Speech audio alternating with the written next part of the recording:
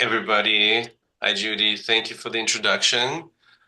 Do I have the controls to be able to share screen or? Yeah, I made you co-host. You should be able to Okay, share. Want great. to give it a shot? Sure. Let's see.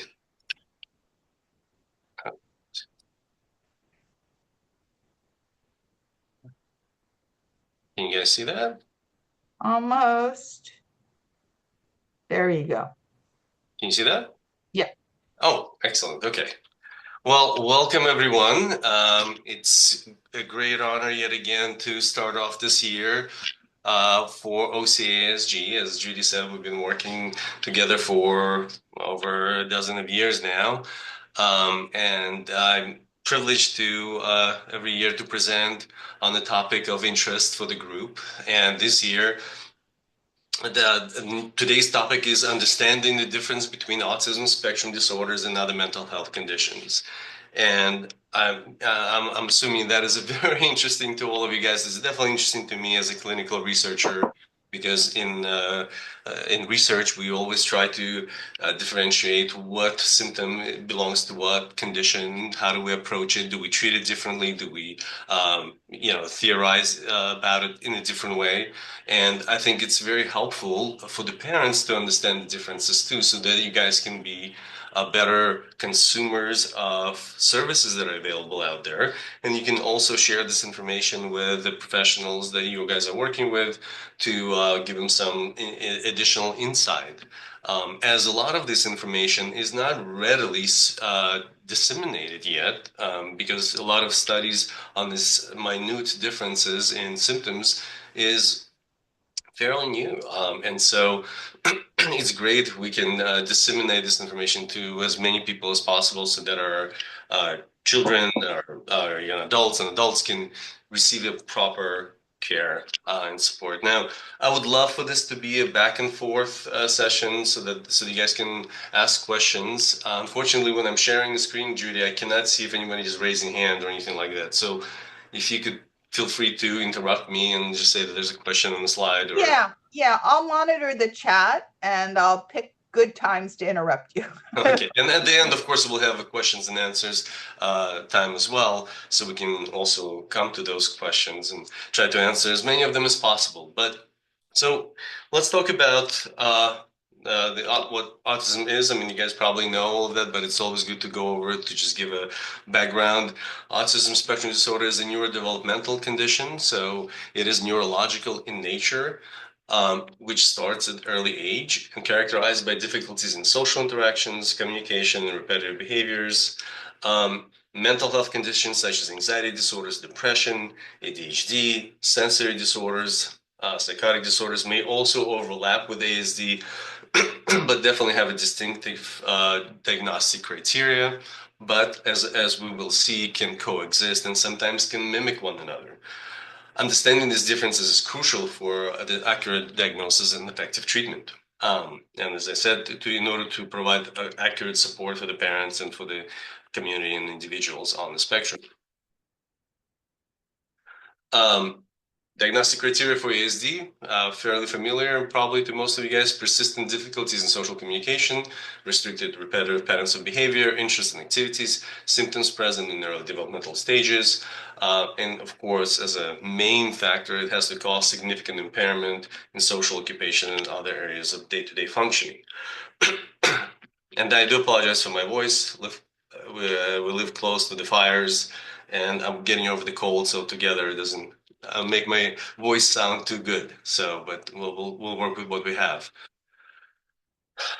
Interesting statistics on comorbidity of these conditions. So approximately 70% of individuals with ASD have at least one comorbid mental health condition, which means that even though they have a diagnosis of ASD, there's another condition that can be clinically diagnosed. And what's interesting, majority of the time, when I see someone private practice, or when somebody is seeking support, majority of the time they're seeking support not for autism itself, but rather for these secondary issues or comorbid conditions such as anxiety disorders, for example. They're diagnosed in more than 20% of adults with autism spectrum, compared to only 8% of a neurotypical population, right? So it's almost 2.5 times as frequent. Recent studies indicated about 26% of people with autism have depression, compared to only about 7%. So if we think that there's a lot of people who are depressed in this world or around us, you have to multiply that by 3 or 4 times, and that would be the equivalence to those on the spectrum. Recent studies also indicate that ADHD is present in approximately 30 to 80%, and it's a large range. I would have to say it's somewhere in the middle, of course, to be conservative, compared to only 6 to 11% of individuals who are neurotypical, right? So we see these much higher prevalences of these very well-known conditions in the population with autism versus individuals who are neurotypical. And of course, the recent study in Journal of Clinical Medicine found that non-affective psychosis is in individuals with ASD is approximately 3 times higher, right? So 3 out of 100 versus 1 out of 100 individuals who experience some kind of psychotic features or symptoms. So that all indicates that there must be some kind of genetic predisposition to mental health challenges in general once one has autism spectrum. And we know that autism is a genetic condition. It's seen in neurological differences, but I believe they already identified 9 different genes that are responsible for autism. So I'm pretty sure those same genes or combinations of genes would overlap with some of the anxiety, depression, and other disorders once we begin to map them on the genetic code. So that's why there's a higher prevalence. So let's talk about the difference between anxiety disorders and some of the presentations for those with ASD. It is definitely, probably, in my opinion, in terms of what I see in terms of treatment, a very common challenge, and it's important to kind of know the difference and see which symptoms belong to which category. Different anxiety disorders are listed here. For example, you guys all know obsessive compulsive disorder. We all know social anxiety disorder, generalized anxiety disorder, which kind of catch-all phrase basically means you have many different worries. Phobias are more specific things like fears of spiders and fears of closed spaces. PTSD, it's also considered to be an anxiety disorder, which is post-traumatic stress disorder. Tic disorders are also considered to be anxiety disorders, as well as eating disorders. They are a result of increased stress and anxiety. And by the way, a lot of these can be present in our population, but we'll only focus on the ones that are most common. Otherwise, we won't have time. Okay, so OCD, obsessions. A lot of times people come to me with the previous diagnosis of OCD, and through a further investigation and through further sort of inquiry into specifics of what the experiences individual was having at the time when they got a diagnosis, we begin to see that technically this might not be OCD, but rather a certain part of the autism spectrum. So, for example, in regular OCD or neurotypical OCD, obsessions are intrusive, unwanted, and distressing thoughts and urges or images that repeatedly occur and cause significant anxiety and discomfort. So, for example, if I think that I'm going to die from germs that are on my hands, I am really freaking out about that. I hate it. It's stressing me out, right? So, and I keep thinking about it and thinking about it and thinking about it. Compulsions in OCD are repetitive behaviors or mental acts that individuals feel driven to perform in response to an obsession. So if I think that my hands are full of germs and I'm going to die if those germs get into my body, I absolutely need to go wash my hands. So the compulsion is to go wash my hands 3, 4, 5, 10, 20 times, right? So the action of washing hands is aimed at reducing my anxiety about the fear that those germs on my hands will kill me, right? So it's kind of almost like a sometimes reasonable, sometimes not reasonable conclusion to what needs to be done to decrease the stress and anxiety that's coming from the obsession, right? That's why they connected, obsession and compulsion. Well, in autism, there is something that exists as something a little bit different in its etiology, in its roots. There's something that's called perseverations. And it refers to repetitive and rigid focus on specific topics, activities, or behaviors, often beyond what is typical or socially expected. So, again, kind of sounds like an obsession. We are much more used to the colloquial use of the word obsession to describe that. But in autism, it's something very different. And there's a reason why there's a different term for that, perseveration. There's also something that's called repetitive behaviors, kind of a manifestations of those topics of the perseverations, right? So sometimes when these perseverations can be challenging, there also can be a window in the person's individual passions and interests, and actually will be sometimes be a key to connecting with them. So how do you tell apart obsessions versus perseverations, and then compulsions versus repetitive behaviors? Well, one interesting fact is that if you take somebody with autism and you put them into the normal or what's normal treatment for OCD, yeah, it's actually here on the next slide that I will explain what it is. They will be resistant to the treatment, which means there will be no progress. Okay, and the reason why there's going to be no progress is because the CBT, cognitive behavioral therapy treatment requires, I'll go to the next page to talk about it right now. The OCD is treated with very specific manner. It's called exposure with response prevention. In order for this to be successful, there has to be distress associated with the obsession and the compulsion that the person is engaging in. So if I'm stressing about my germs and I want to wash my hands, I really hate it that this is happening and I want to get rid of this. I want to get rid of this problem. The difference is that when we get kids who have these perseverations and these connected repetitive behaviors that they engage in, they're frequently what's called at the bottom of the screen egosyntonic actions, which means they don't mind the fact that they exist. They don't mind that they engage in them versus egodystonic nature of OCD, which people hate. It's not part of me. I don't like it. They actually call it a monster that you have to fight against in OCD treatment.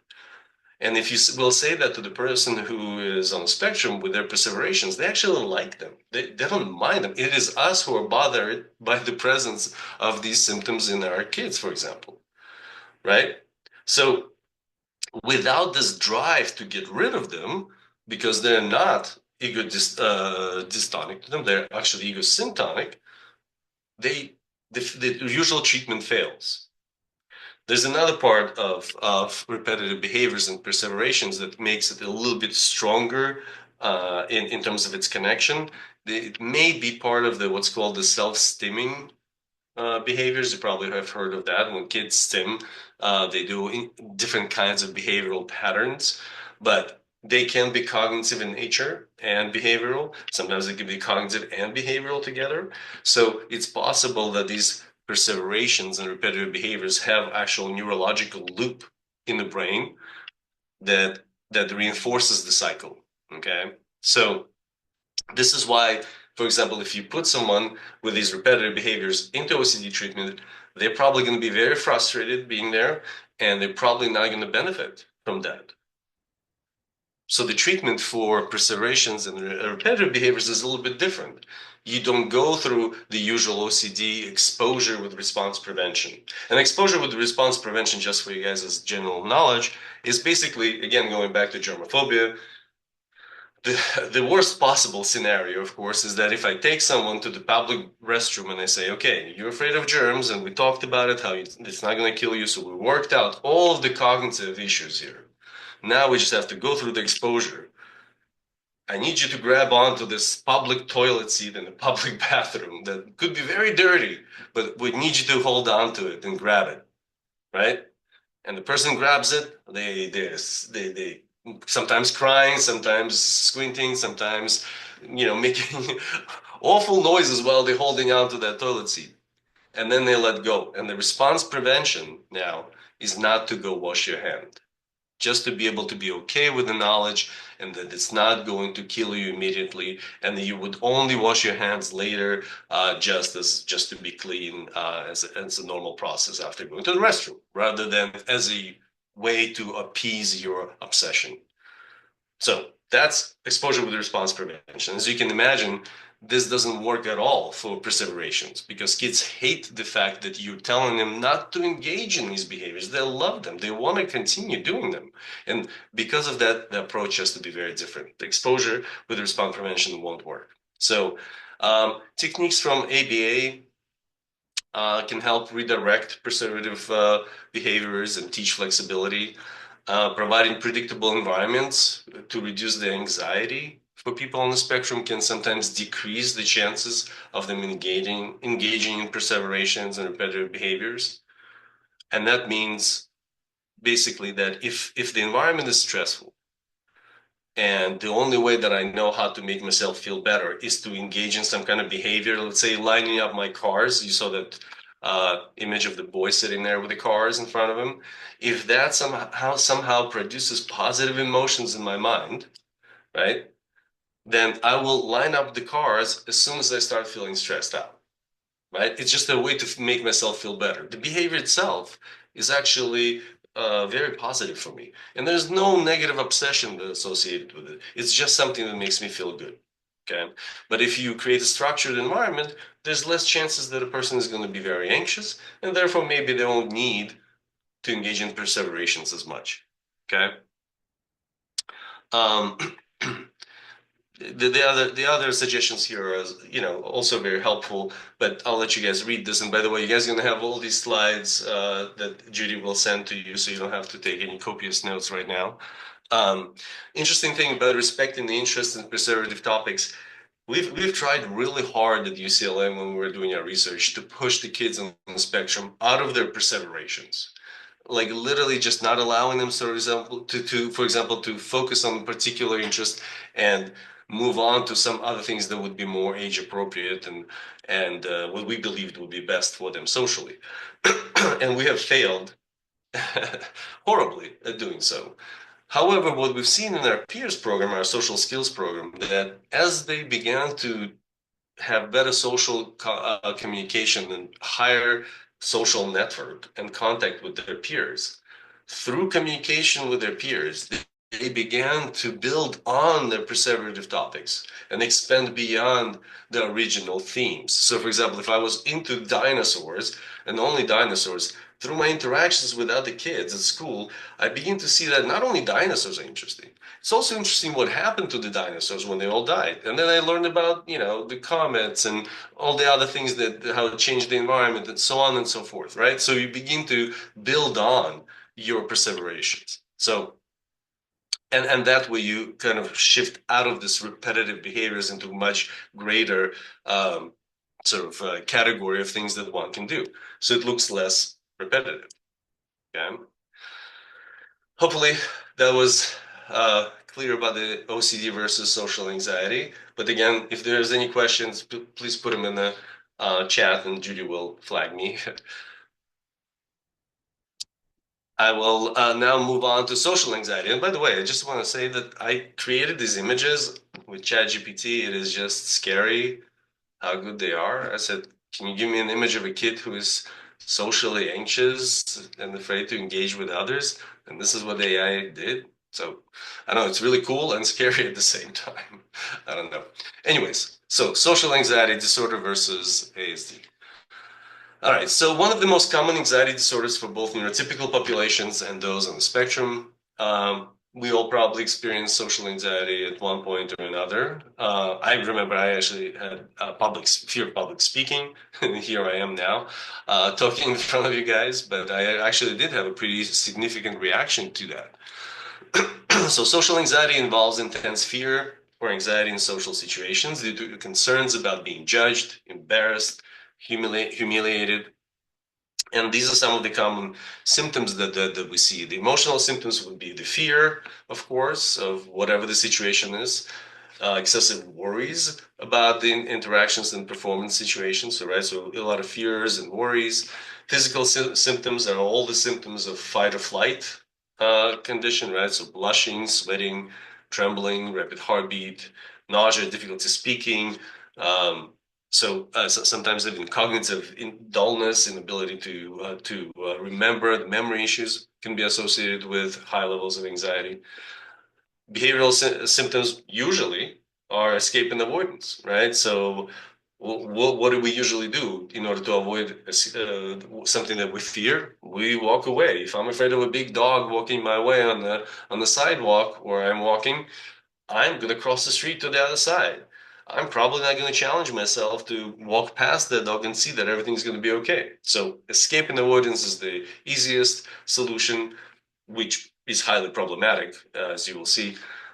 Another behavioral symptom is over analyzing past interactions and perceived mistakes. And in those on the spectrum, it actually takes a very interesting dimension, and I'll talk about it later.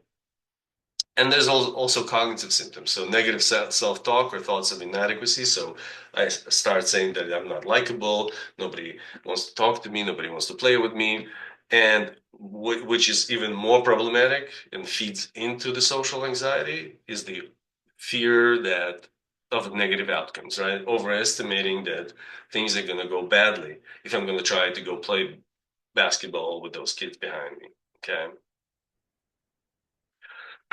So it's on some level, it's very similar for both populations. For our population on the spectrum and for neurotypicals. Now, the differences are that, and I believe this to be true, that a lot of social anxiety in our population is based on real social challenges. So our kids go out there with difficulties in connecting with others, not knowing what to say, how to say it correctly, and that may lead to unsuccessful attempts at connecting with others. This may look like social neglect, social rejection. It could cause bullying. It could cause teasing, right? So all of that is a result of the spectrum challenges with social communication versus those who are neurotypical. And I don't want to downplay the social anxiety in those who are neurotypical, but a lot of times it is based on one particular incident that they might have had, or their over exaggerated perceptions of what can go wrong versus the actual real reasons for that to be true, right? So one thing is not to have the skills and be out there and failing, and another thing is to think that you will fail even though you do have the skills, right? So that is a big difference in terms of the etiology. What we'll also see in those on the spectrum is that because of that anxiety, we see much higher levels of isolation and lack of relational seeking. So yes, neurotypicals who are socially anxious will be introverts, they will be homebodies, things like that. But they do have friends, all of them. 90% of them will have friends. They will want to have friends and will seek them out just enough to satisfy that social need for them. And then they will leave everything be and avoid the rest. What we see a lot of times for those on the spectrum, because of the social anxiety, significant amount of isolation, significant normalization of being by yourself in that isolation and not seeking additional social connections. So it is really problematic because, as studies show, individuals on the spectrum can, for a long time, deal with isolation, much longer than neurotypicals, and feel content with it and entertained by whatever activities that they engage in. So this is why social anxiety can be there for much longer for those who are on the spectrum versus those who are neurotypicals. And also for those on the spectrum, it's what's called overgeneralized. So if one situation, was difficult for them, they will overgeneralize and say all of the situations, even if they're not very similar at all, will be included in that category, and projection of failure is going to be there. Versus for neurotypicals, they do stick to that very specific incident that happened to them in the past, and therefore they will only be afraid of that particular incident happening again. So overgeneralization versus very specific event. treatment is this is where the key difference lies for all of us, for clinicians, and hopefully for you as parents and individuals who are seeking treatment.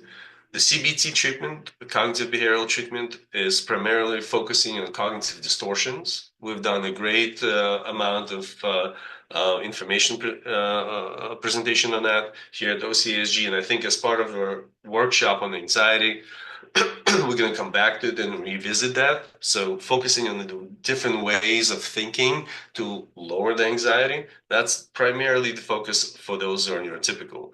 And then you do a little bit of exposure at the end, being you have them go out there and try to socialize, and they see that they can be successful, and off they go, and they're happy. Now, for those that are on the spectrum, there's an additional component that absolutely must be present. And this is why you have to seek an amended CBT protocol or CBT treatment. It must include additional level of social skills treatment or training in order to prevent re-traumatizing. Okay. So if I'm going to convince a person who is socially anxious that there's nothing to be afraid about going out there and introducing yourself to this group of kids, that you can only benefit from doing so, they may actually believe me because they believe their therapist. They think they have their best intentions in mind. But if I did not teach them how to do that, and they are going to take my advice and they will go out there without the new social skills, they will make the same mistakes they've made before, which will lead to yet another social rejection, which will lead to re-traumatization. So that is absolutely a wrong way of doing it. And if a clinician is unaware of this absolute need for the social skills training as part of it, they may inadvertently put our population in a very stressful and possibly re-traumatizing situation. So that's why the CBT treatment that was recently developed, well, not recently, about 10 years ago, at UCLA, was a CBT treatment that included all of the normal parts of the cognitive distortion processing, in addition with the social skills that are absolutely necessary for the social engagement. Okay. Now, the second part is that's extremely important for our population as well, in terms of treatment, is to focus on exposure and behavioral activation. So, individuals on the spectrum don't necessarily always appreciate just the abstract part of therapy, right? Just the talking about ideas, thoughts. Sometimes it can be very abstract and kind of in your head rather than more concrete and applicable. And so that's why focusing on exposure, meaning actually going out there and trying to do these things, is much more useful because that's where most of the learning happens, and you prove to yourself you can actually do that, and then you make friends. So there's a lot of benefits from the actual behavioral exposure. So that's why it's a very important additional aspect with what's called behavioral activation, right? As I mentioned earlier, isolation is really, really, really problematic for us. So behavioral activation is the polar opposite of that. This is when you basically take somebody and you say, I know you don't feel like doing this, and you want to wait until you feel better to go out there and do this, but we're going to turn it upside down. We're going to do something for you to feel better rather than feel better to do something. Okay. And you force somebody to go out there and try something and they have a good time. And that's when they believe that they can actually do this. They're not as anxious anymore. And then we'll see them be more engaged. Okay. Any questions, guys, before I move on to depression?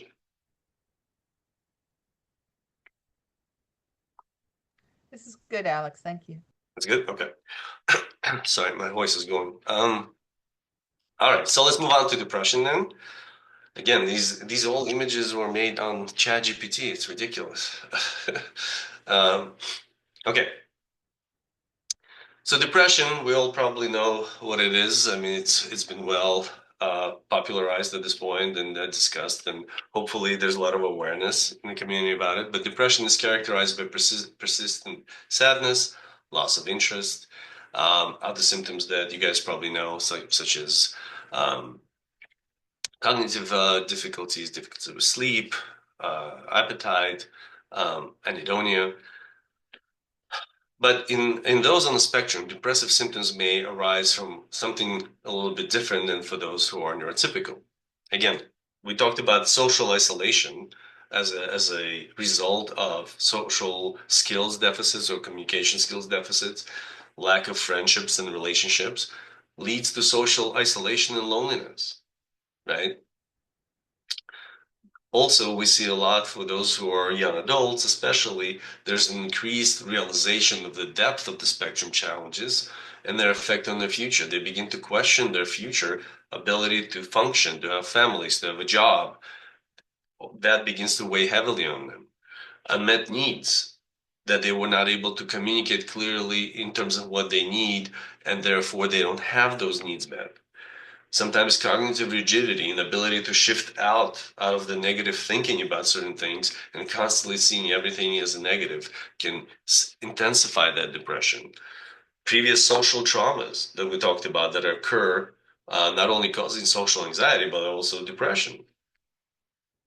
Treatment trauma, but that's separate, something that I can talk about later if you guys are interested. And also sensory overload, just being bombarded from all different angles and not being able to deal with so much stimulation can lead to negative experience all the time, right? And so, what are the three pillars of depression?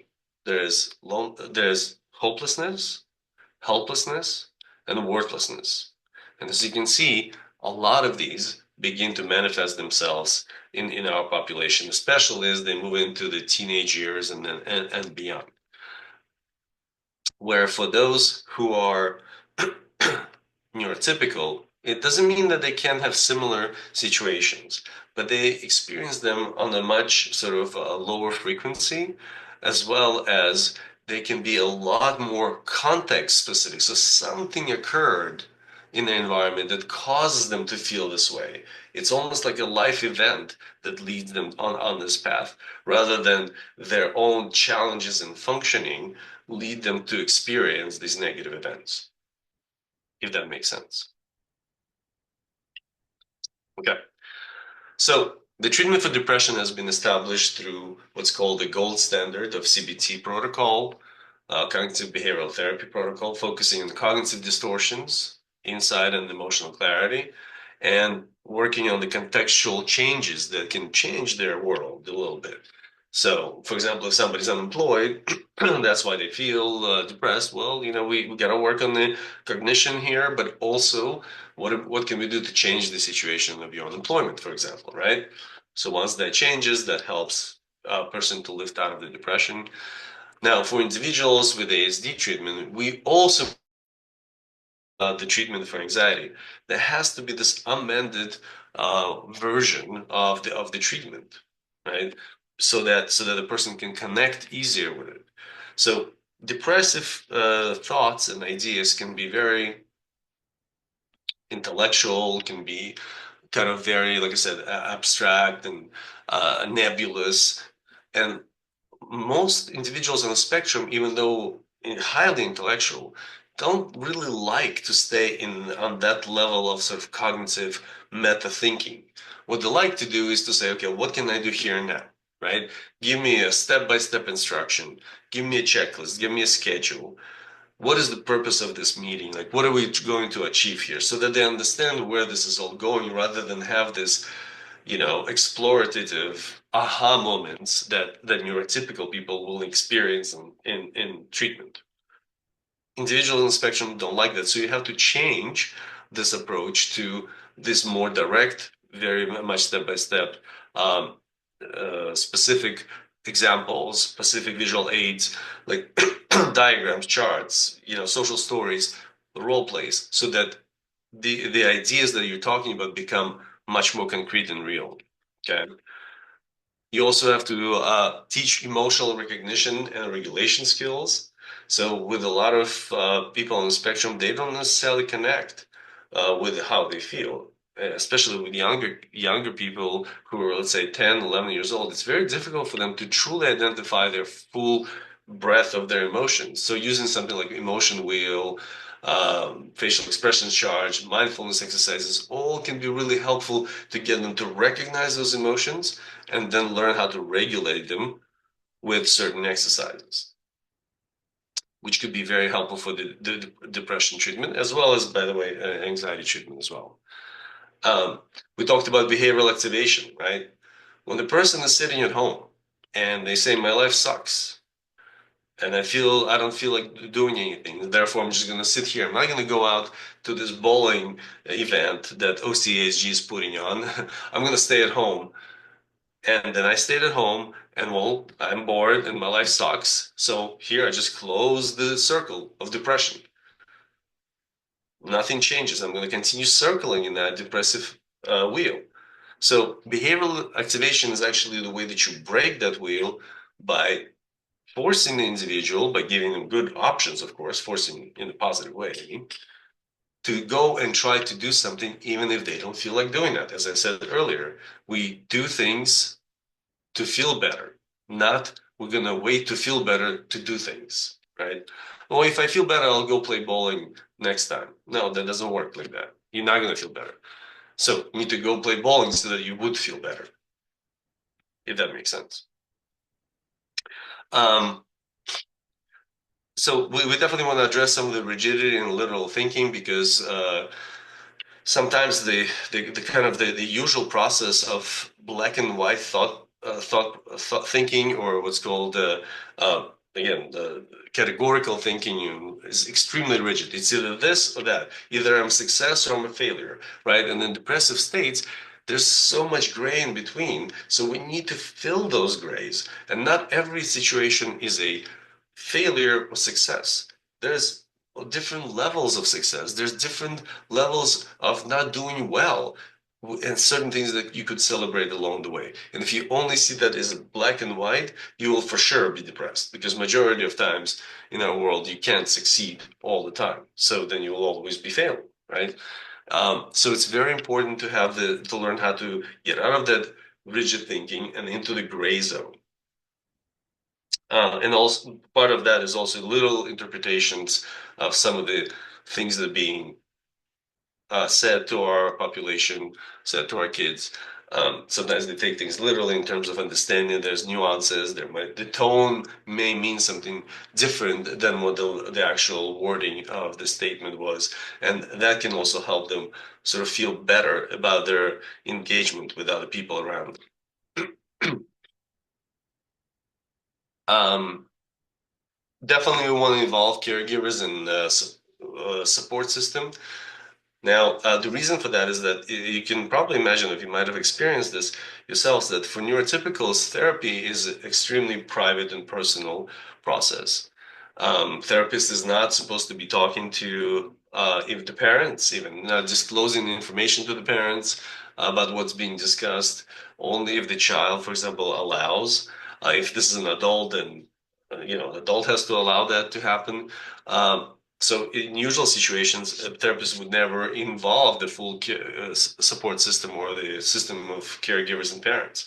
But with our population, it is almost a necessity. I will literally, for in 95% of the cases, refuse to work with an individual if they're not allowing me to have contact with their parents on some level to receive additional information or to get their support in terms of what we are trying to work on, especially when somebody's depressed. One of the key factors for someone who is depressed, um, in terms of protecting them from the suicidality, is the fact of the social net support. Do they have the social support in their life that can help them and protect them from doing something drastic? This is how you assess whether somebody can should be hospitalized or not. Social support system is extremely important for our population. It is the parents, it is the people who they're connected with the most. So they need to be part of the treatment. Um, and the simple things like adjusting pacing, you gotta slow down a little bit in terms of your expectations of process. A lot of times parents want to see changes quickly. For those that are on the spectrum, changes quickly don't happen. A lot of times, and actually Judy, I think, was the one who coined that term. She said that when she talks about her son, it's like Josh 2.0, Josh 3.0, just 4.0. It's like the new version is released, right? At some point, it's very flat, and then boom, there is an improvement, and then the flat line continues, and another improvement, right? So it's rather than a steady increase. So the pacing and expectations have to be changed. And also, as part of the treatment, you have to include their special interests into the therapy. Otherwise, a person who's sitting there who's really just interested in Fortnite and playing Fortnite and they're depressed otherwise, but Fortnite is the only thing that makes them feel good. Fortnite is the game. I don't know if you guys know about it, but it's a popular video game. Um, if you don't somehow connect with them on that, if you don't somehow infuse that into what you're asking them to do and how you're trying to get them behaviorally activated, remember that term, then you're probably going to fail. So you have to utilize these strengths and interests so that you can build on that and help them get out of their depressive cycles with those special interests of theirs, right? And that's where another important difference in terms of how you approach somebody in treatment who is just depressed versus somebody who's on the spectrum and also depressed. Any questions, guys? I, for some reason, do not see the tab of chat. So if you guys have questions, just No, there's none yet, Alex. I think it's because you're just really doing a great job of explaining everything, and probably the questions we have are more specific. So okay, so I guess we'll go through this quickly and then we'll get to those specific ones. yeah. Okay. All right. So really quickly, another important um, differentiation that is definitely of value to know about is the difference between psychotic disorders versus ASD. Psychosis may involve psychotic processes, delusions, hallucinations, where for ASD it involves developmental delays without psychotic features. However, they share a lot of similarities in presentation. So, for example, social difficulties. We all know that, as we said earlier, that individuals on the spectrum have impaired social communication interaction styles, difficulties forming relationships. Well, guess what? Is the same experience for those who are schizophrenic. There's a social withdrawal, reduced ability to engage in meaningful social interactions, definitely difficulties with relationships due to paranoia and other delusional content. However, the main difference is in autism, you start with a low level of social skills and you begin to increase over time and you improve, and you hopefully get to the what's called the normal zone of social functioning. In schizophrenia, it is the reverse process where somebody, when they're younger, may have fairly normal social skills, or at least within the norm, and then they begin to lose them as unfortunately their condition progresses or gets worse. So it's a reverse process. Although, if you just looked at the outcome, well, both people having difficulties with connecting with others or interacting and communicating. There's some repetitive and restrictive behaviors in autism. We know about them. For example, echolalia, like repeating the same words or repeating the same actions, like same motor behaviors, like flopping and some other things that we've seen. Schizophrenia may have that too. It's called stereotypy, and sometimes some rigid behaviors, catatonia, or like a lack of movement, can be present.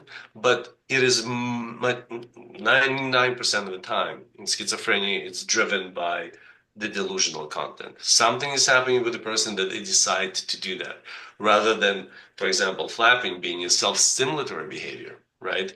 In autism, which is producing positive feelings versus some kind of reactionary thing in schizophrenia, for example. We talked about impaired communication. We know that all the difficulties in autism. In schizophrenia, there's disorganized speech, tangential thinking, difficulty organizing thoughts. There's things like word salad, which means like a bunch of words are put together, and the person seems like they know what they're saying and it makes sense to them, but it doesn't make sense to anyone else. Neologisms are actually new words that they come up with, and that's very usually a bad sign that somebody's in a pretty deep state of the psychosis. So that's a bit of a definitely a difference, but it is still an impaired communication. Sensory wise, well, we know our kids can be hypersensitive or hyposensitive to certain um, inputs. In schizophrenia, it is the same, but it's based on hallucinations and delusional beliefs. Like, for example, you see sometimes, for example, somebody who is possibly homeless and possibly schizophrenic standing in the corner in a 100-degree temperature in the San Fernando Valley, and they're wearing a winter jacket. It's because their body is not noticing the difference, the temperature, and it does not react to the difference because of how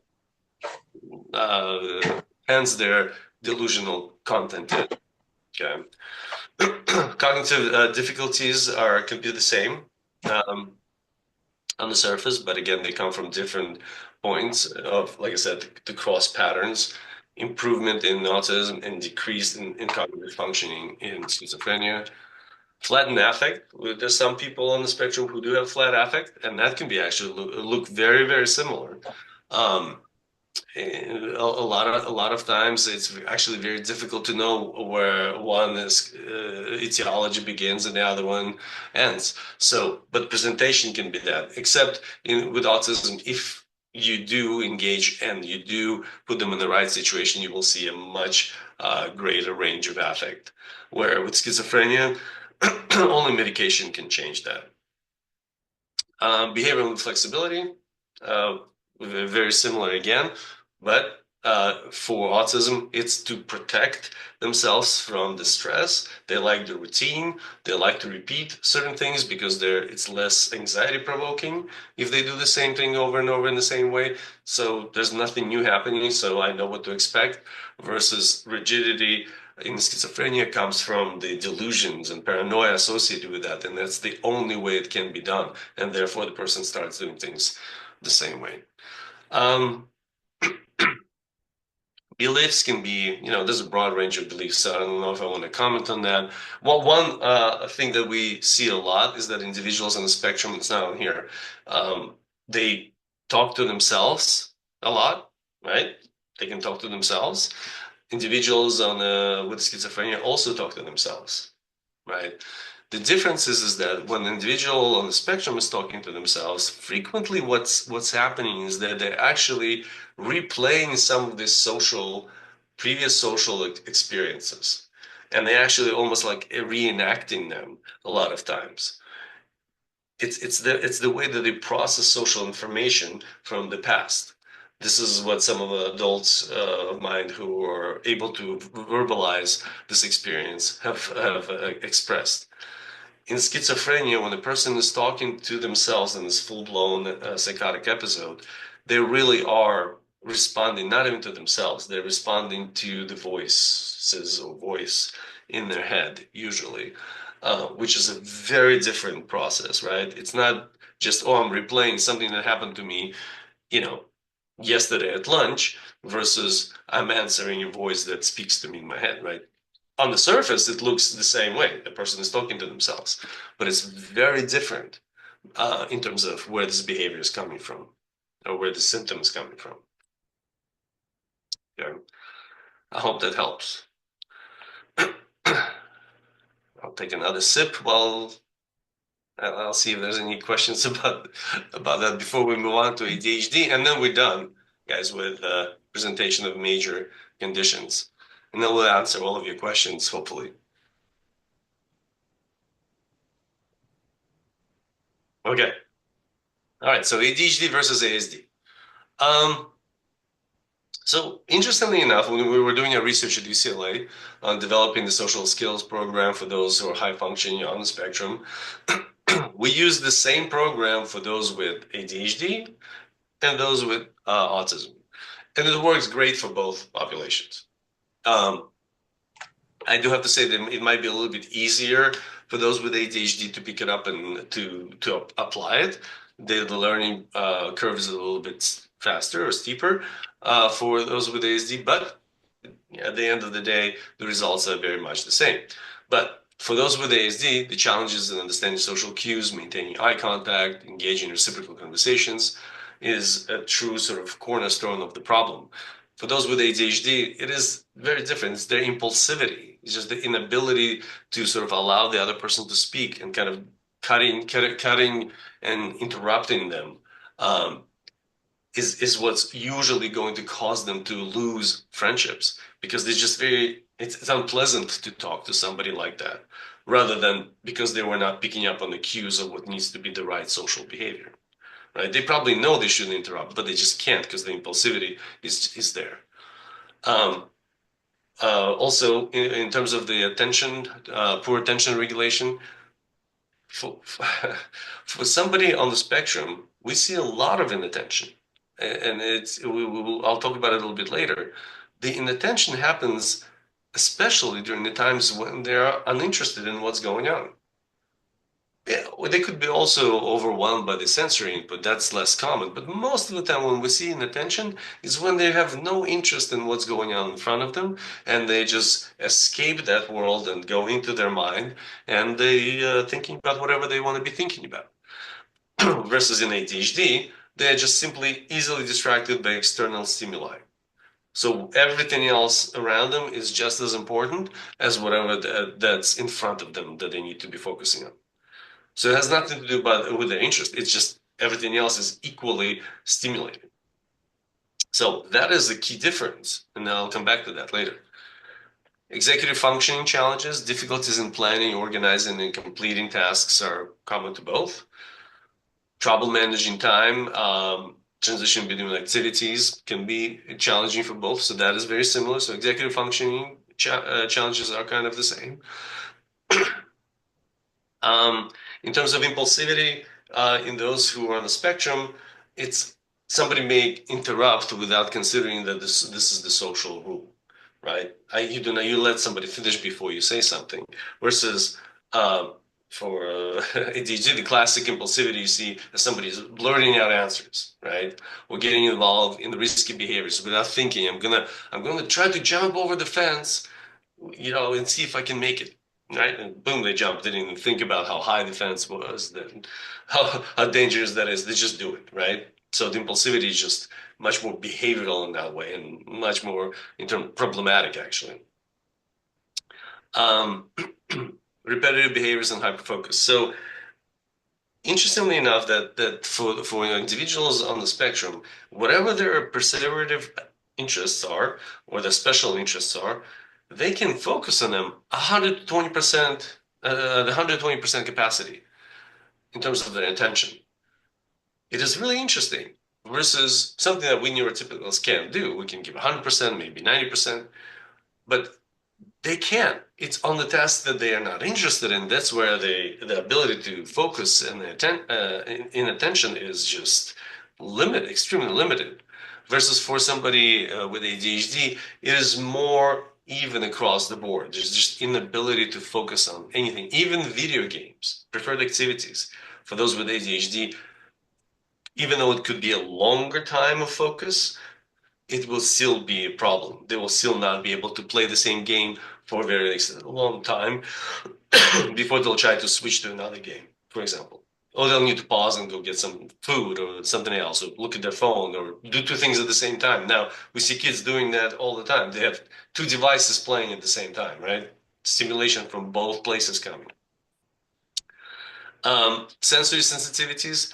Um, the hypersensitivity that individuals on the spectrum experience, we all know that, and that can distract you, right? So if I'm sitting in the classroom and the white lights in the classroom are extremely painful for me and disturbing to me, I just can't focus on what's going on in class because of that hypersensitivity. So I'm not attentive, I'm not focusing. It is very different for somebody with ADHD because their sensory challenge comes from difficulty filtering out everything. So it's not just white light. It's the bird outside the window. It's somebody who passed by the hallway. It's somebody who's clicking the pen. So there's no particular sensory input that is more problematic than the others. They're all problematic, right? So it creates discomfort and distraction, and so a person can't pay attention. Um, Another symptom for both is emotional dysregulation. So difficulty managing emotions leading to meltdowns and withdrawal.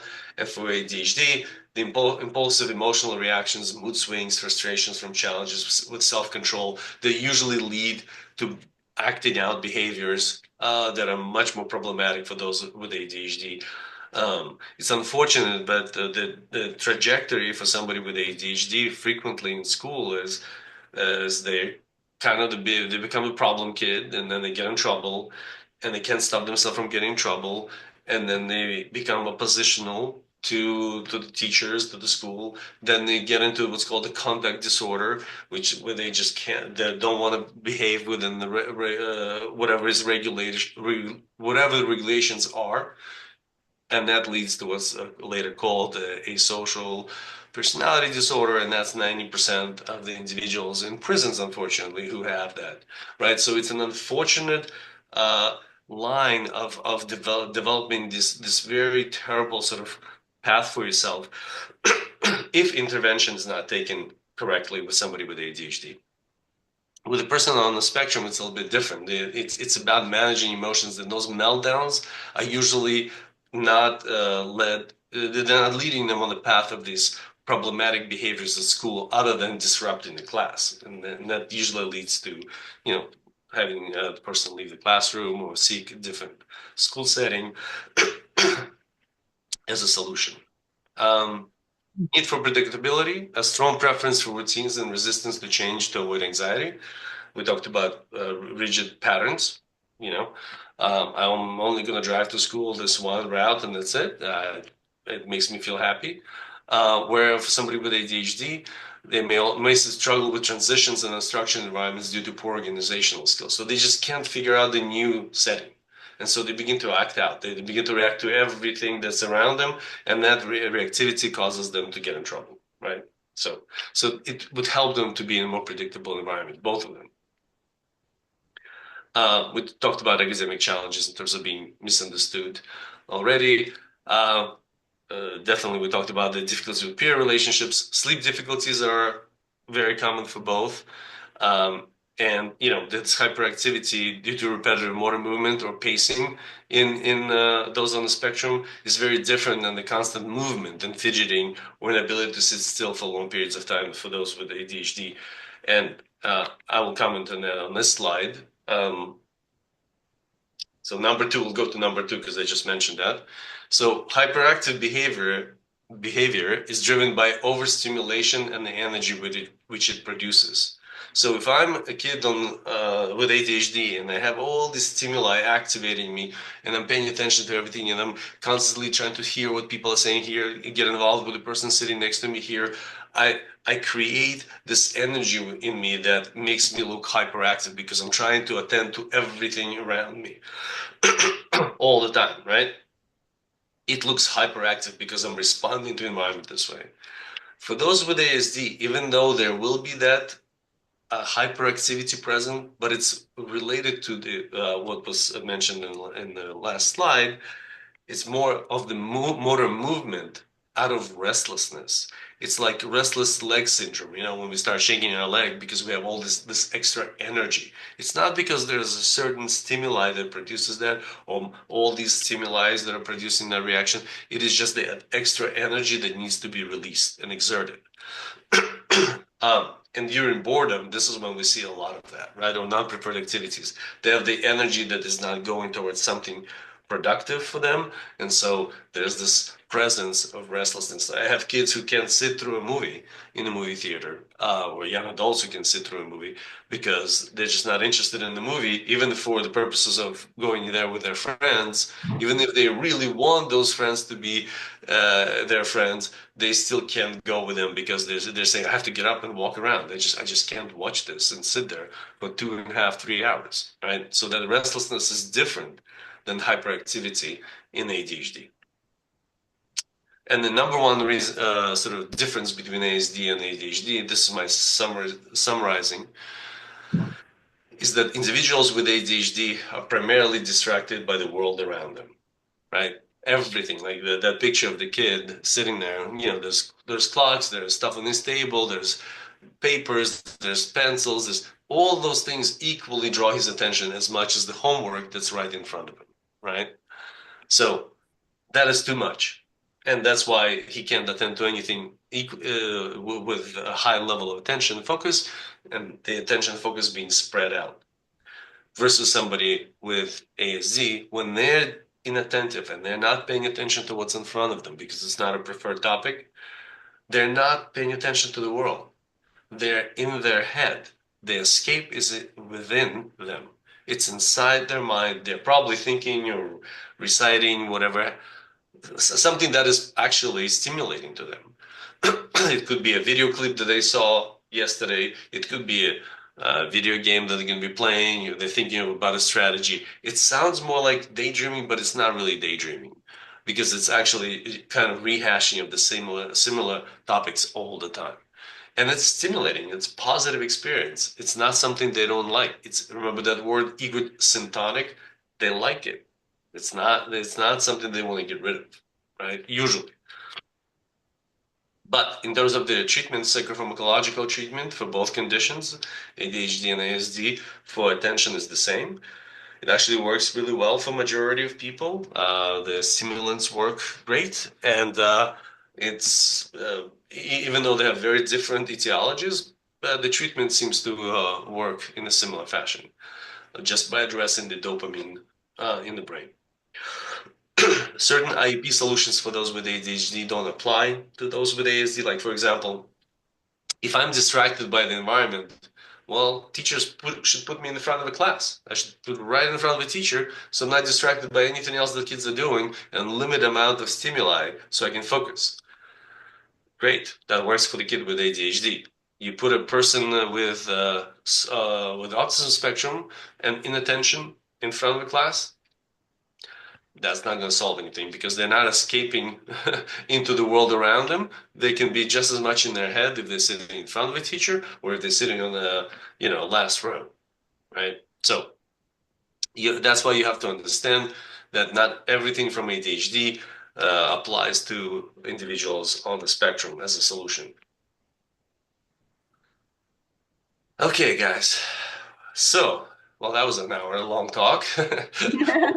Hopefully, I didn't put anybody to sleep, but there's other comorbidities. We don't have time to go into details about them, but if you have questions, we can talk about them in the Q&A. Of course, there's drug and alcohol use and video game addictions and oppositional defiance, anger management, fetishes, and there's bipolar disorder, comorbidities, disruptive mood dysregulation disorder, comorbidities as well.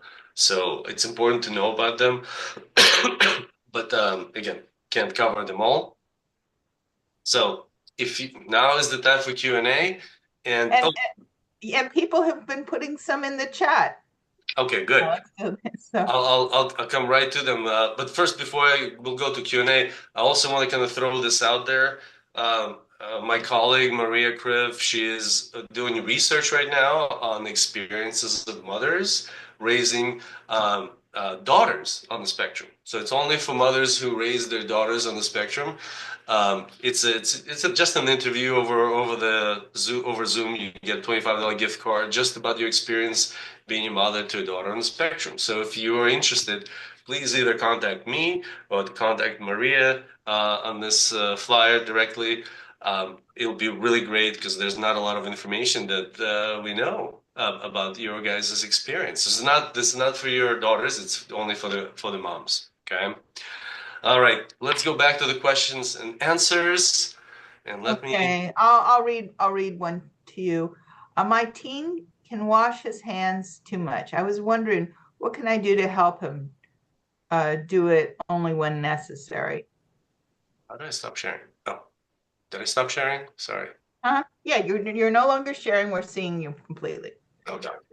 I'm so sorry. Can you repeat the question again? I was Yeah. My teen can wash his hands too much. I was wondering, what can I do to help him do it only when it's necessary? So again, if this is coming from the standpoint of obsessive compulsive disorder, if you ask your teen what is the true reason for washing his hands or her hands, um, it's very important to know that there's no obsession that is connected to it, that there's no fear that something bad is going to happen if I don't wash my hands, and therefore my compulsion is to go and wash my hands, right? If there's no fear and it's just some kind of a rigid process that they got into and it's just repetitive behavior, then the treatment is very different, right? So I would need to know before I would make that recommendation is there an obsession associated with it? If there is, well, the treatment is as I said before, gold standard treatment of exposure with response prevention, where you have to work first on that fear. You diminish the fear. You help them see that cognitively nothing is going to happen, even if there is germs on your hand. And then you go through the exposures where you try to have them touch dirty things without getting into the compulsion of washing your hands and seeing that, hey, I survived. It's okay. I'll be all right. And you do this in progressive ways. If it is part of the behavioral process or repetitive behavioral process on the spectrum without any obsession associated with it, then it's about changing the ritual. It's just a behavioral ritual that can be shown to him or her that if you do it this way, you can still your day is going to go just fine, that there's no necessity to do it this many times or at this time in particular, and that will teach them flexibility. And you do that by simply rewarding positive behavior that you want to see them engage in. And if the reward is big enough, they'll do it because it, like I said, it doesn't have that fear associated with that. So that's how I would approach it. But again, I don't know the details of why the behavior exists for your child. I'm sorry. So let's see. There are lots of questions now. I'll do. There's a bunch about therapists, but before I go there, I wanted to ask Connor's question. I have both autism and ADHD. Should I worry about having both? I have autism and ADHD. Yeah. Should I Uh, worry about it? There's an interesting now overlap of the both. Remember, we talked about all the similarities, and now some people who have both ADHD and autism, they say that there should be a separate category, separate diagnosis for that, rather than two diagnoses together, like side by side, because of that significant overlap. I mean, there's nothing to worry about. The treatment is, like I said, pharmaceutically would be the same. It's about understanding how to not engage in certain behaviors that are really problematic for you, to try to work on the behavioral part of it as well, not just on attention and focus. But again, for example, I have a client with a similar issue as diagnosis of both, which is fairly rare to have both. And for example, for driving, the rule is that he can drive without his medication. It is just there's too many things that can go wrong in terms of paying attention on the road, and we can't take those chances. So the treatment is technically the same, but the behavioral manifestations can be different. So I would have to know the details in order to say which ones you should work on first um, before the others. But it's not anything more scary than just having one. Having both is just an interesting combination. Okay. There's so many questions. Here's one. Uh, are autistic people more prone to be schizophrenic? Any recommendation treatment for someone with both diagnoses? Yeah, on my slides, I did show that there was a higher prevalence. So it's 1 out of 100 people will experience psychotic symptoms versus somebody on out of population of those on the spectrum. It's 3 out of 100. So it's definitely higher chances of that happening. The sensory overstimulation sometimes can be misleading, can be tricky to tell whether or not somebody was in the state of sensory overload or it is an actual, let's say, hallucinatory experience that they were having. Because under stress, we begin to lose touch with reality sometimes, right? And so imagine if you're constantly bombarded by sensory inputs, you can get into the state that may resemble psychotic state. But there's definitely a difference in terms of how long one stays in it, how frequently one experiences that. So if it's a temporary situation where somebody, let's say, started experiencing some extra sensory, um, let's say, hallucinations, that can go away with the stress levels when stress levels change. Um, Delusional content is definitely different. So the treatment, of course, for any kind of psychotic disorder is always medication and being stable in that medication, even when things are going well. One of the most important things is you don't stop taking medications because you're feeling better. The goal is to prevent any significant uh, future psychotic breaks. So if you prevented one and you're doing well, you stay with the medication. And we've seen research that shows that you can have extremely long time of success on that. Same thing happens if you have ASD and if you're experiencing psychotic symptoms, you take the medication and you just stay on it consistently. And you definitely try to avoid, for example, drugs, hallucinatory drugs like, psilocybin, ecstasy, MDMA, and So others. Alex, somebody, I'll stick on schizophrenia as a topic here, and the question is, how do you get people with schizophrenia to take their meds when they feel they don't need it? So you Yes. were talking about its importance. Do you have any suggestions for how to encourage people to Right. take them? So one of the biggest problems for psychiatrists, because psychiatrists mostly deal with psychotic conditions, is the medication non-compliance. Medications, if they're taken and they're working for you, you have to stay on them. It is creating balance in the dopaminergic system. And the longer you keep the balance the same, the more you will stay away from any acute states of psychosis or psychotic experiences. So it's probably the best behavioral change one can make in their life. And again, like I said, of course, stay away from stressors, stay away from drugs, because that will, throw off your dopamine balance. Okay.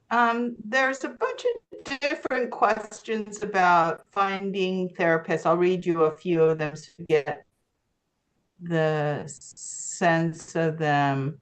Um, one thing one thing that has been recommended to me for treatment is occupational therapy. How can I go about finding an occupational therapist that works with adults with ASD? Um, then there's a bunch of other questions about people. Our son is very proactive about seeking therapy. He's 19 in college. By the way, That's thank good. you for Dr. Gratman for encouraging us to not let him take a gap year. Oh, this was the one who was going to take a gap year between college. We're wondering if we should be involved or should we give him the information to let him decide how to guide therapy. So there's a few people that have questions on finding a therapist. So you want to comment Well, on that? so in terms of occupational therapy, speech therapy. Again, I don't necessarily have all the resources in Orange County. I think Judy would have probably the best resources here, but do have to say that regional centers are have a lot of vendors that focus on occupational therapy and speech therapy. Your insurances also should have a list of providers that they work with for that as well, as long as it's paid for by your insurance company. So there's abundance of providers who focus specifically on the spectrum. In terms of therapists, if we talk about psychologists, that's a little bit different. That I think it is still very much a niche treatment, a niche practice. There's not many people who understand, like I said, the difference between the adaptation of the usual treatments that are necessary to fit the needs of our population. We talked about all of these little nuances, and this is just a summary. There's, of course, a lot more to each condition, to each process. So if the therapist not prepared or not well equipped or doesn't understand those minute differences, it might not fit the needs of your child or yourself if you're seeking treatment for yourself. And it will feel like it's just not doing what it's supposed to, or you're not connecting. So, again, a very skillful therapist would be able to recognize that and maybe begin to shift and change. But for example, if you go to straightforward clinics, like when I was working at the anxiety clinic at OCD clinic at UCLA, and actually at Stanford as well, it was the same process. They had the same protocol for OCD treatment. They had the same protocol for social anxiety treatment. And they would go through this protocol first, regardless of the other person's diagnosis. And unfortunately, there were a lot of people who's not benefiting from that. And with kids, especially teens, they would just give up on therapy altogether and say, look, it doesn't work. I'm not interested anymore. I'm not going to try somebody else. So if you can find somebody who understands those differences and can fuse the two together, I would go to that person and try to see if that would be a good solution for your son or daughter. Because trying multiple therapists, might be a challenge over time. um, Kind of like trying multiple medications. People get frustrated. If one doesn't work, you go to the second and the third and the fourth. And after that, you kind of give up on medications. But that's, unfortunately, that's the process with medication. I recommend for that person to maybe come to our parents session, and there's a lot of people with different experiences, so kind of helping you figure out who might be the best fit for you in your situation would be Right. good. Alex, there's someone here who really wanted me to ask you this question, so I'm gonna move on to this. It's a post-traumatic disorder and autism overlap and are different. So, and I know this person, and I know that's a big deal to them. How do you address the dysregulation when they have both, and recommendations on how to address the automatic flight, and fight response? This is Yeah. probably something that's very individual. Well, I mean, it's as I mentioned, PTSD is an anxiety disorder. It's under the umbrella of anxiety disorders. Um, so there has to be definitely some level of modification to the process of treatment. I mean, one of the successful treatments that's out there, it's called EMDR treatment. But it's a play on the cognitive behavioral therapy. So going through the EMDR process with an additional support around what led to the traumatic experience, right? It all depends on where trauma is coming from. If it is social traumas, as we talked about earlier, rejections by others, people being mean and angry, bullies, like if this is where it's coming from, then you have to sort of blend in some of the social functioning, helping the person reestablish their contact with other people, re-engagement with the environment in a safe way, slow or step-by-step process, while disengaging from the emotion that's associated with trauma, right? The whole point of PTSD treatment, as far as the research goes right now, is you have to begin to disconnect the emotional valence of the memory of what happened to you by reliving it, by talking through it in therapy, and having more neutral emotion during that time, right? So you begin to slowly change the horror, for example, associated with the original memory, to, let's say, a more neutral feeling that you experience in therapy. Because our memories are only valent and present when they're associated with very strong emotions. We remember, let's say, a wedding day, or your child being born, or your first kiss, or whatever, or something really terrible happening. We remember those vividly. Why? Because really strong emotions were associated with that. We don't remember what we had for dinner 3 weeks ago because we just don't. There was no strong emotion associated with that.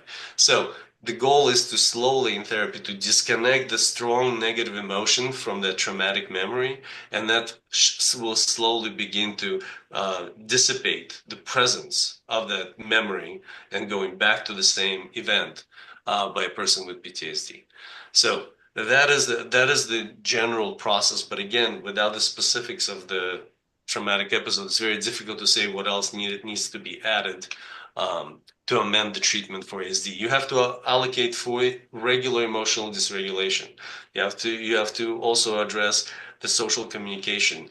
You have to address the emotional awareness and expressivity in the session, something that, for example, a neurotypical person would be able to do naturally, right? They will be able to have the further insight in terms of how they feel and the differences between different feelings that are beginning to form, from fear to horror to, let's say, feeling down or sad, right? There's many different levels of negative feelings that one has to go through before they let go of the trauma.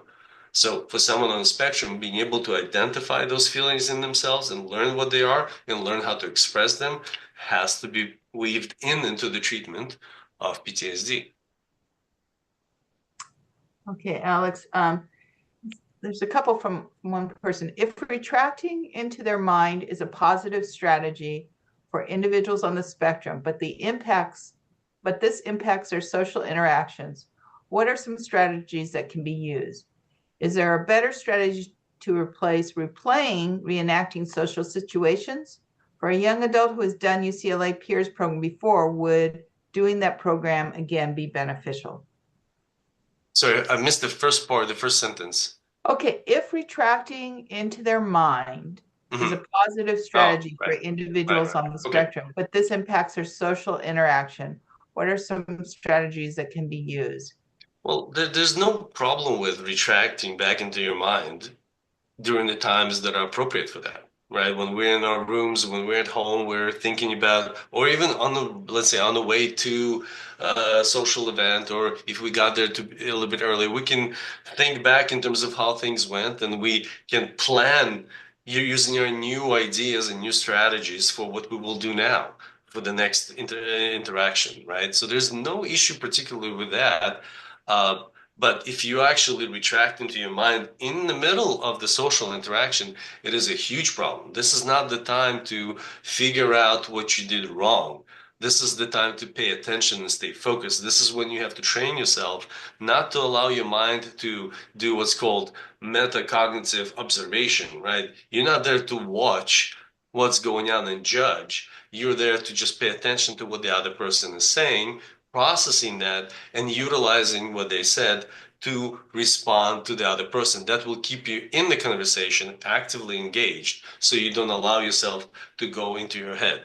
The only time you go into your head is when you're not listening anymore to what the other person said, and you're now just thinking about what you have said, right? And there are multiple issues with that. First of all, like I said, you're not paying attention to the next amount of content that's going to come your way, so you can't utilize that in the conversation. And you will look disinterested to the neurotypical person within seconds. Neurotypical people can pick up on that almost immediately. That you have, like they will say your eyes look empty, like you're somewhere else, right? They see it that your eyes are not tracking anymore.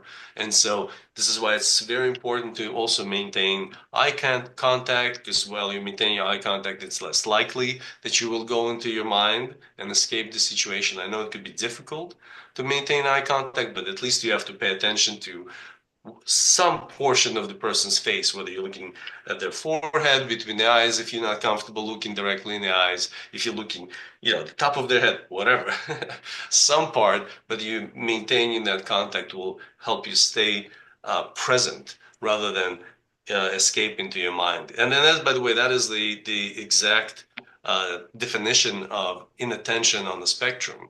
It's not because something else distracts them in the environment. It is because their own thoughts are distracting them from what's going on in front of them.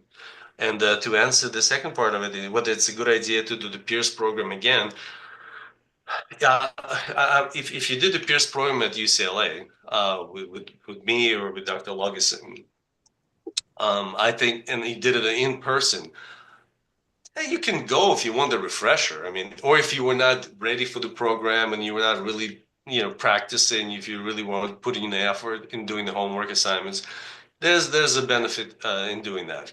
But if you actually tried your best and you know already all the skills, I don't think there's a significant benefit of going there again. Now, if you did it online during COVID, or if you did it through some other provider, maybe they didn't deliver the program in the same way as it was designed, I say go ahead and try to find me or go to UCLA and you can try to do it there. There might be actually a significant difference because at least at UCLA, we delivered the program the way it was designed within the research protocol. And we know that based on our research, that the effects are significant at the end of the day. So Yeah. that would be the benefit to go back or not to. I'm going to ask the next question that this person asked, but I want to put in a little context. When I asked Alex to do this particular session, it was because I was realizing that I was rationalizing some of the behaviors of Josh or some of the things he was going through, and I was seeing it as autistic versus seeing it as him having some mental health issues that needed some additional support. And so I thought that I wasn't the only one feeling that way. We don't know if, oh yeah, he's just autistic and he perseverates or he doesn't wants to be alone or whatever, and knowing the difference. And so this next one I think kind of fits into that a little bit, and it says an individual is normalizing being alone or being depressed as what seems to be a coping strategy. What would be the best way to respond, validate their feelings, or encourage them to challenge themselves to, as you said, do something to feel better? Well, uh, as this individual mentions in the question, um, the behavioral activation is one of the most important aspects for our population in depression, right? The tendency to isolate and normalize this isolation, while even admitting that they're depressed, but not willing to do anything to change the situation, will only prolong the isolation and loneliness, right? So showing understanding in their struggle is okay. Validating their feelings is okay. You cannot validate their decisions in terms of their inaction or continue to support the environment in which they stay isolated. Now, that is very problematic, right? So, because I'm almost sure that for somebody who is depressed and isolating, it's not just depression alone, it's most likely also anxiety. That is part of that. There also may be some confusion in terms of how to approach the world in a different way, right? Whether it's social communication, um, just logistical issues. So it's one thing to show understanding and show love and support. It's another thing to enable this state of being because that will continue on because there's no change that will come from this. Depression is a cyclical process, right? As I said, I don't feel good. Nothing's happening in my life. I don't have anybody in my life. Oh, I'm not going to go to this bowling event because I don't feel good and I'm down right now. I didn't go, and now I'm home alone at home, and again, I have nothing happening in my life, right? So nothing changes, and the circle continues. So behavioral activation, encouraging them to do something or creating opportunities to do something, and actually having them go, even if they do not feel like going, and convincing them that this is what's going to lead to feeling better is the way to go. There has to be a break in that somewhere. Now, I'm not saying that you or, for example, whoever asked that question is enabling, but I'm saying that the environment that they're describing somehow is supported by someone. I don't know, maybe there is somebody in this in this group who is financially independent enough where they're a millionaire and they can just sit at home and do nothing and isolate. But majority of people here are who are doing this, they're supported by someone. There's a supportive process that forces them to be, that allows them to be in this situation. So if the context changes with the learned skills, with additional opportunities for success, a person will take that step because internally, even if they're saying that they're content with their isolation, they're not. They don't like being by themselves. People on the spectrum are not asocial. That is not true. They all want relationships. They want to be loved. They want to be cared for. They want to be appreciated. They want to be related to. So for them, it's just the anxiety that needs to be that you need to overcome, and the depressive cycle that needs to be broken. So yes, you can attend to their feelings, but you do not support their feelings by supporting their actions. So Alex, here's someone who went out and is doing stuff. And so let's see where his troubles are. Not sure if it's related, but when you say that people with Asperger's gain autistic fatigue from overstimulation, I found that most recently I've been going to social events at least once or twice a week to get myself out of the house uh, more, but is fatigue generally a side effect of masking myself in social situations? I'm pretty high functioning, mild to the point where my social skills come off as similar to neurotypicals. So this is someone who is Good. trying, but Good. is a bit exhausted. Well, and by the way, first of all, I'm already my head is off to you for doing that. That is wonderful. Whenever I hear that, that's great. That means you actually know exactly what the steps are. Um, it's like going to the gym, right?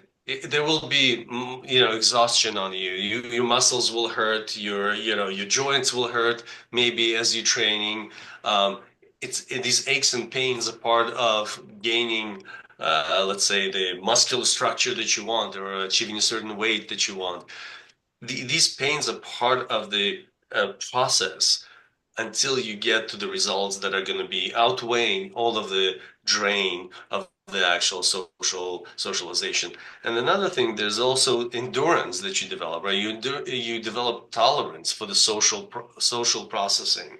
The more you engage, the less you pay attention to the minute details, and therefore your system is able to process it on more automatic level, and therefore you're no longer expanding your energy on paying attention to all of those minute social nuances.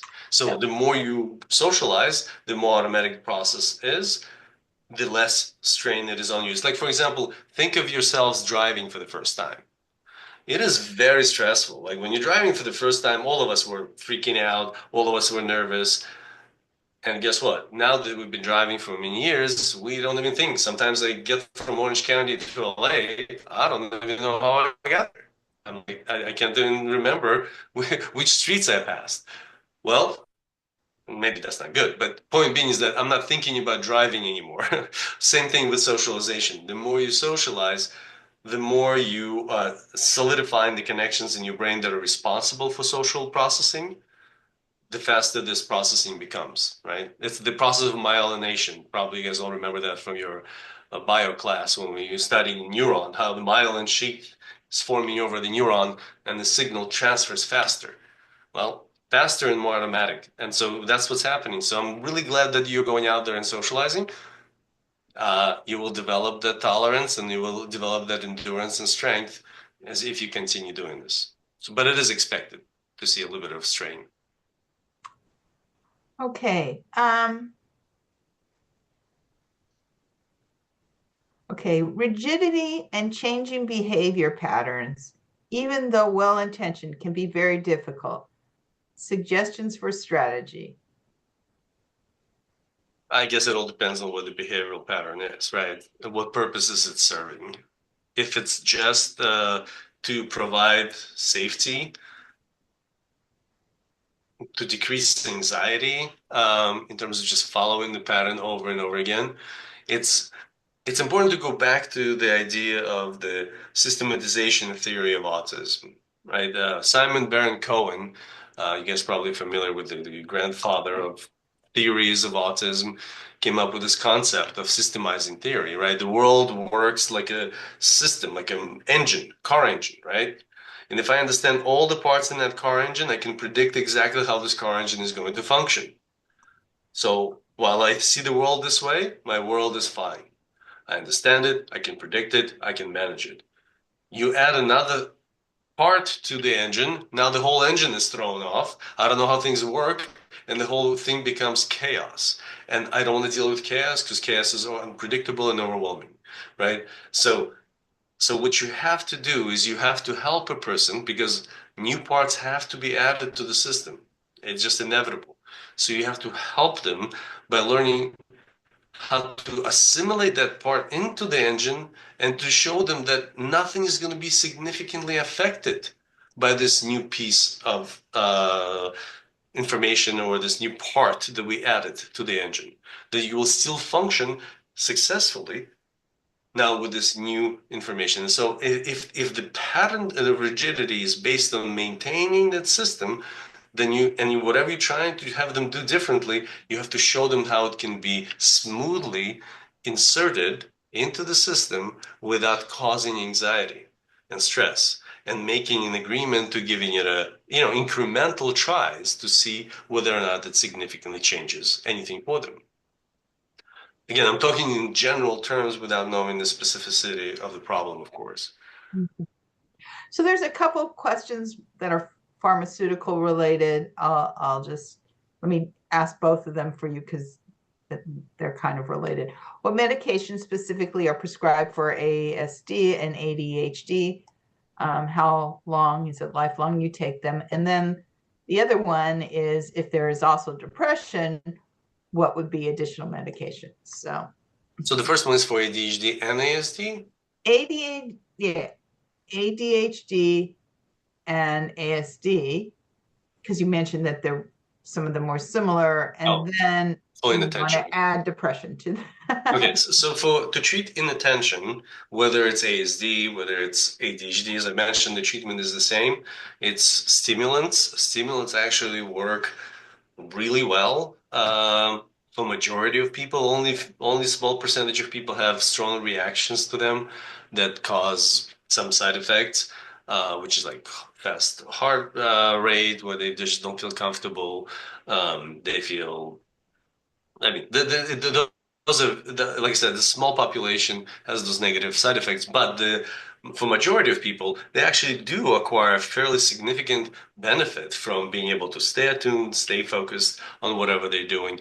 It depends on which medication works best for you. So it could be Adderall, it could be Ritalin, it could be Vyvanse, it could be Concerta, it could be your psychiatrist will not know which one will work best, and they will have to try different things. The good thing is that they work pretty quickly. You take them within 30 minutes, you feel the difference. It either works for you or not. You can increase the dose or not. So that's pretty easy. In terms of the attention focus, your psychiatrist will have easier time figuring out what to do for you, as long as you don't have side effects from it. With depression, the treatment is, again, for ASD or not, is the same. It is usually SSRIs, which is selective serotonin reuptake inhibitors that specifically focus on increasing the presence of serotonin in the brain. What I have seen in practice, not in theory, is that a lot of people who take SSRIs sometimes will benefit from an addition of what's called something like Abilify, which has been actually approved by FDA as one of the two medications for autism specifically. Because Abilify has a tendency to boost the effectiveness of the antidepressant. So together, they produce a stronger effect for somebody on the spectrum with depression. But again, which antidepressant would be used? It's all depends on your metabolic process. You usually have seen Lexapro work better for those on the spectrum, but again, that can be different. There's a genetic test now you can do. It's a spit test. They send it to your home. You spit in the in a little vial and send it back to them, and they will tell you which medications you will have bad reactions to. And so that your doctor can skip them or not start with them and start with the ones that don't have that you won't have as many side effects with. Now, it doesn't mean that this test will tell you that a particular medication is going to be more effective. No, it will just say which ones will have worse side effects so you can avoid them. And that way you can just speed up, I guess, the process towards the good ones. Um, but yes, so it's antidepressants for depression, with the possibility of adding something like Abilify, which is a different class of medication, and for attention or inattention in autism and ADHD, stimulants are probably the best approach. There's other options that are less powerful, like Strattera is a non-stimulant for adults. It's I've not seen to be super effective for a lot of people. It's just not as powerful, let's put it this way, as stimulants. There's beta blockers, like Intuniv. Again, they're just not, they can help, but they're not as powerful. So stimulants probably. Thanks, Alex. How does one approach anger management and ASD? Yeah, we had a whole presentation on anger management, right? You did. So I don't know if it's available on your side. I don't think I think that one was given in person. I don't think that was part Okay. of our conquering behaviors. We're doing conquering emotions this time. Yeah. And so I'm not sure if we did that one online. I'll have to double check. There's a lot to say about anger management. It has to be a multidimensional approach, especially for those on the spectrum, because of the emotional dysregulation that we see for a lot of people, how quickly one can get dysregulated. And the reactivity that we've seen in people on the spectrum, it can be only compared to like two groups out there that we know of in the clinical world. And one of them are, for example, veterans who just came back from, let's say, a war zone, and they have this super high level of PTSD that they're super reactionary to and hypersensitive to almost everything in their environment, and they react really quickly to things. So this is how intense it can feel for someone on the spectrum sometimes. So anger management takes a different, I guess, turn in terms of treatment. It's not the regular sort of anger management approach. There are, like I said, additional aspects to it. There's definitely pharmacological aspect. There's definitely environmental changes that have to happen. There needs to be some social skills communication treatment so that one can express themselves better. Um, you probably know that when people can't resolve their problem using words, they have a tendency to go to the next level, which is anger through action, right? That's why, um, you know, if you can't communicate clearly and meet your needs, it is very easy to go to the next level, which is anger, right? And if you have communication challenges, if you're not sure how to express yourself in a way that you can get people to understand you, to give you what you need, to attend to you in the right way, it's very easy to get to the level of anger that way. So teaching communication and relationship building is also a big part of anger management for somebody on the spectrum. So, like I said, there's too many things to mention now, but it's a multi-dimensional Oh, approach, really. yeah, maybe we can work on getting that back in the mix for us to cover. Alex, so we're getting close to the end of the questions. Here's one. It's a little bit nuanced from some of the ones that you answered before, but the question is, how does one deal with the dissonance of wanting friends, but also enjoying being alone? I find myself in this situation frequently, and it can be frustrating at times. If you have any tips on how to deal with the emotional of this emotionally, that would be great. Thank you. Well, actually, it's a great question. Tim Page, who's a Pulitzer Prize winner, he's a professor at USC. He wrote a book, Parallel Play, and he was diagnosed late when he was like 48 or something. But he described in his book two different experiences. He describes the time when he is lonely, and during that time, he absolutely has a need to have somebody in his life, whether it's a partner, whether it's a friend. And then he describes the time, alone time, that he specifically allocates in his schedule so that he can attend to himself, so he can attend to whatever those preferred activities are in that moment, that he would be free from obligations to the other people.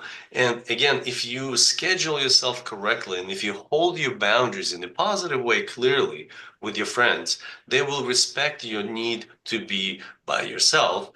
But most of the time, I would have to say, I don't know anybody who is that busy where their alone time and the time with friends has to overlap. It's almost impossible. There's usually time to be by yourself, and there's definitely time to spend some time with your friends. It's just about scheduling things better. And like I said, sometimes establishing positive boundaries with people in your life so they can respect the fact that, sometimes you do need that time to yourself. And it's okay. Okay. All right. Thanks, Alex.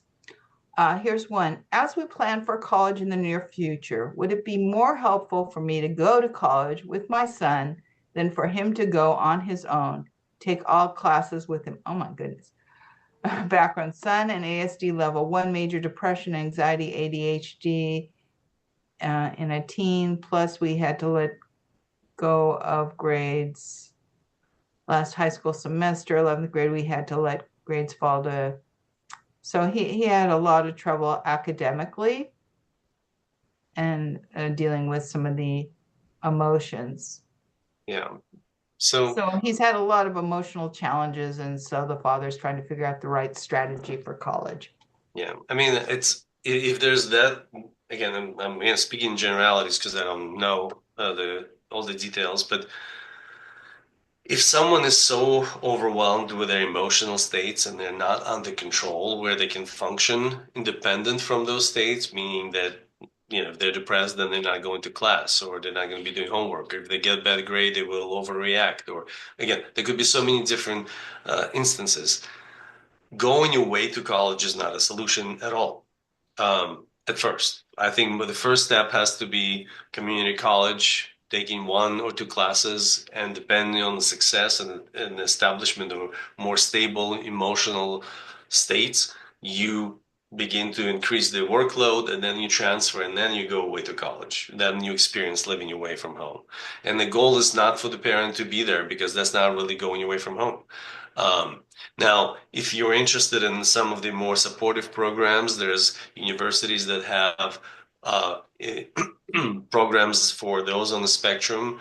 But again, will still want some level of independence and some level of emotional stability, not full, not to be perfect, but not to be in sort of acute states where, someone may need to go to hospital, for example, or they're in danger to themselves or others. So again, there's different levels of support along the way. It's kind of hard for me to make a recommendation right now, but I would say that if you feel like he cannot be in class by himself without you there, he shouldn't be going away to college. But he can be trying community college classes, maybe with you at, sitting in the back somewhere, just observing, then transitioning to you not being there, and so on and so forth. If you feel like there's that level of need of support. But again, it's hard to comment without the details. Yeah, and the community colleges have lots of kind of unaccredited programs, certificates, and things like that. So if you're worried about GPA or too much stress, you can always start off with some of the more lightweight kind of courses and just get used to the school and get used to the process. So it's better to ease your way into it than to try and rush through things and create a stressful situation. Absolutely. There's no need to push if there's already a significant level of distress.